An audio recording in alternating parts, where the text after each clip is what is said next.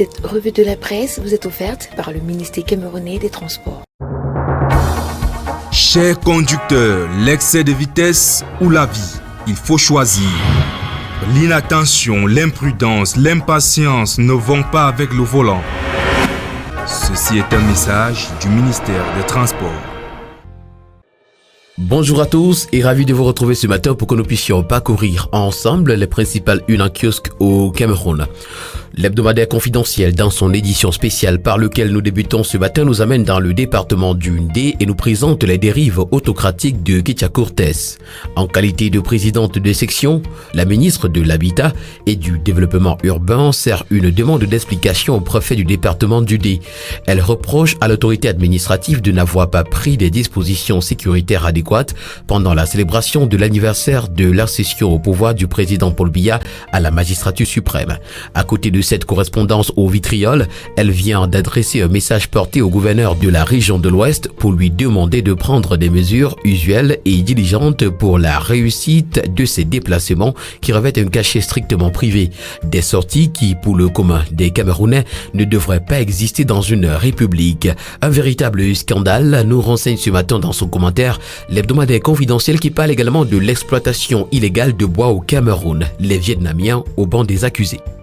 S'agissant de Louis-Paul Motazé et d'Amogo Belinga, le quotidien Le Messager nous présente un duo pour l'enfer. Des esprits de nuisance et autres spécialistes du léchage sont aux trousses du ministre des Finances et du patron du groupe L'Anecdote qu'ils ont choisi de jeter dans la mare aux crocodiles. L'information, vous l'aurez en page 3 du quotidien ce matin qui parle également du budget 2022 au bord de l'asphyxie fiscale. Cameroun-Côte d'Ivoire, tolérance zéro pour les lions. RDPC Ndénor Ketia Cortés fait le procès du préfet. Ce sont les concours qui intéressent ce matin le quotidien bleu d'Amanmana Le Jour. Des candidats recalés à l'ENAM écrivent à Paul Biya. Ils dénoncent l'injustice dans la décision. Les formations, vous l'aurez aux pages 2 et 3. En petite une, on parle de changement climatique. Le ministre des Forêts fait le bilan de la COP 26. Son interview est à retrouver des pages 4 à 5. Qatar 2022, Cameroun-Côte d'Ivoire, gagné ou coulé.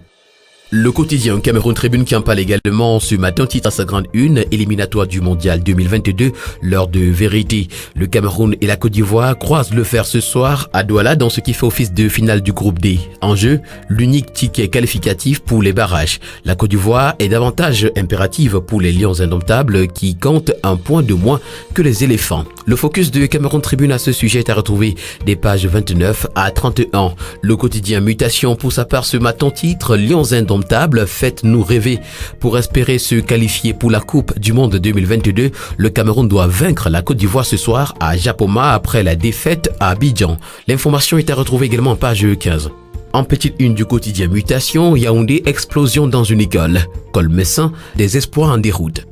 Le quotidien L'Info à chaud qui est également à kiosque ce matin nous parle de la gestion des actifs résiduels des ex-sociétés d'État ONCPB, ONPC, RNCF et nous renseigne que la SRC remplace le cabinet Atout. L'information est à retrouver en page 3. En petite une, on parle de la correspondance de Ketia Cortés au préfet du Ndé, juridiquement recevable. Après la diffusion de leur sextape, une association traîne Gaël et Khalifa en justice.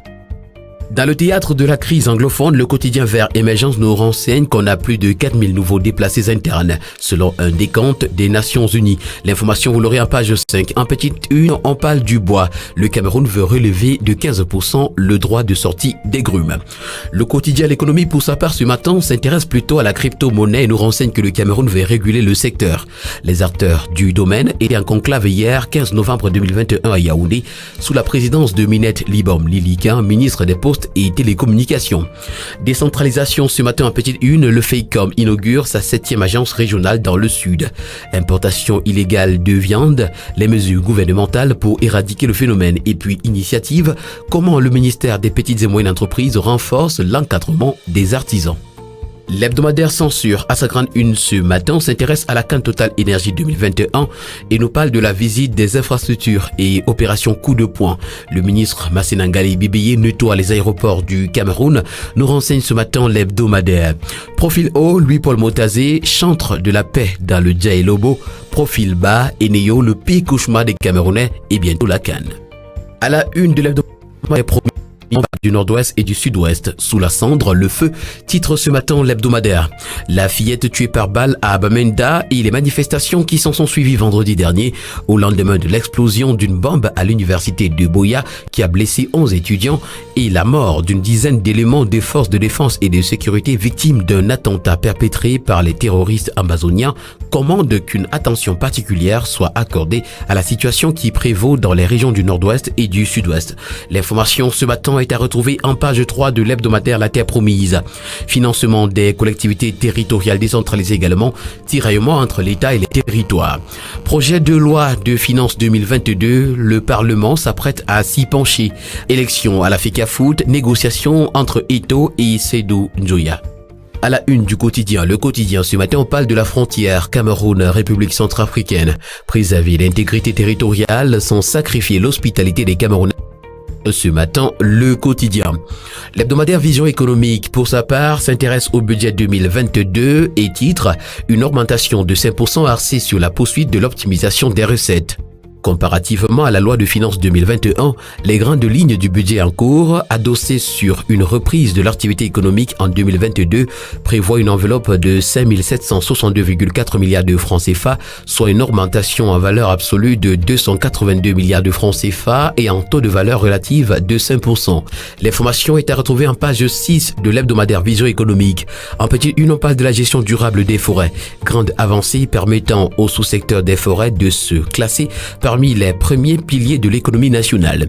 Ministère des Travaux publics, Emmanuel Nganou-Djoumessi évalue 41 projets routiers et puis Direction générale des douanes embellit des recettes générées par le secteur des douanes de l'Ouest. À la une du quotidien Réalité Plus de Paul Guarikindi ce matin, des équipements d'environ 23 milliards de francs CFA réceptionnés. Le directeur général du Lacampos, Pierre Caldadak, et les personnels disent 1000 fois merci au chef de l'État. Terminons avec le journal L'Albatros qui parle de la santé pour tous.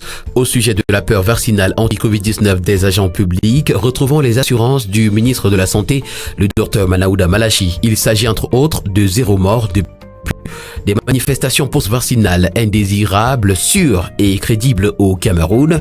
Plus de 6000 doses administrées au Cameroun contre 0 décès. Les cas MAPI signalés disparaissent au bout de 24 ou 48 heures. À tout dire, il est interdit d'interdire aux volontaires de se faire vacciner. Le décryptage est à retrouver des pages 4 à 6 du journal L'Albatros. Mesdames et messieurs, c'est tout pour ce matin en ce qui concerne cette deuxième sortie de la semaine de la revue de presse camerounaise. Merci de l'avoir écouté et surtout n'oublions pas qu'acheter un journal, c'est participer significativement à la vie de la presse au Cameroun. Agréable journée à tous.